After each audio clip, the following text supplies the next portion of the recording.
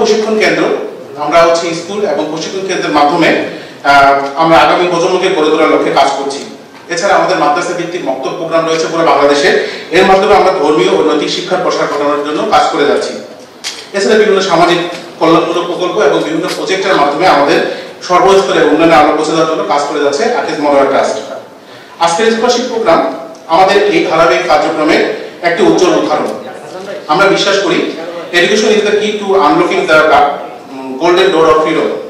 এই চেতনায় উজ্জীবিত হয়ে আজ আমরা 162 জন মেধাবী শিক্ষার্থীকে মাসিক 5,000 টাকা করে 1 বছরের জন্য মনোনীত করেছি।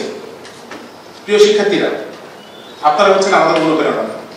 এই স্কলারশিপ কিন্তু শুধুমাত্র একটা আর্থিক সহযোগিতা না, আমরা এটা আসলে আপনাদের প্রতি আমাদের বিশ্বাস এবং আশার প্রতীক। আমরা আপনাদের মেধা ও সাফল্যের মাধ্যমে সমাজে ইতিবাচক পরিবর্তন দেখতে চাই। মনে রাখবেন, জ্ঞানই কিন্তু প্রধান শক্তি, আর শিক্ষা সেই আলো যা সমাজ থেকে অন্ধকার দূর করে দেয়। মাননীয় উপাচার্য স্যার মাত্র চলে গেলেন। আসলে ওনাকে অনেক ধন্যবাদ জানাতে চাই।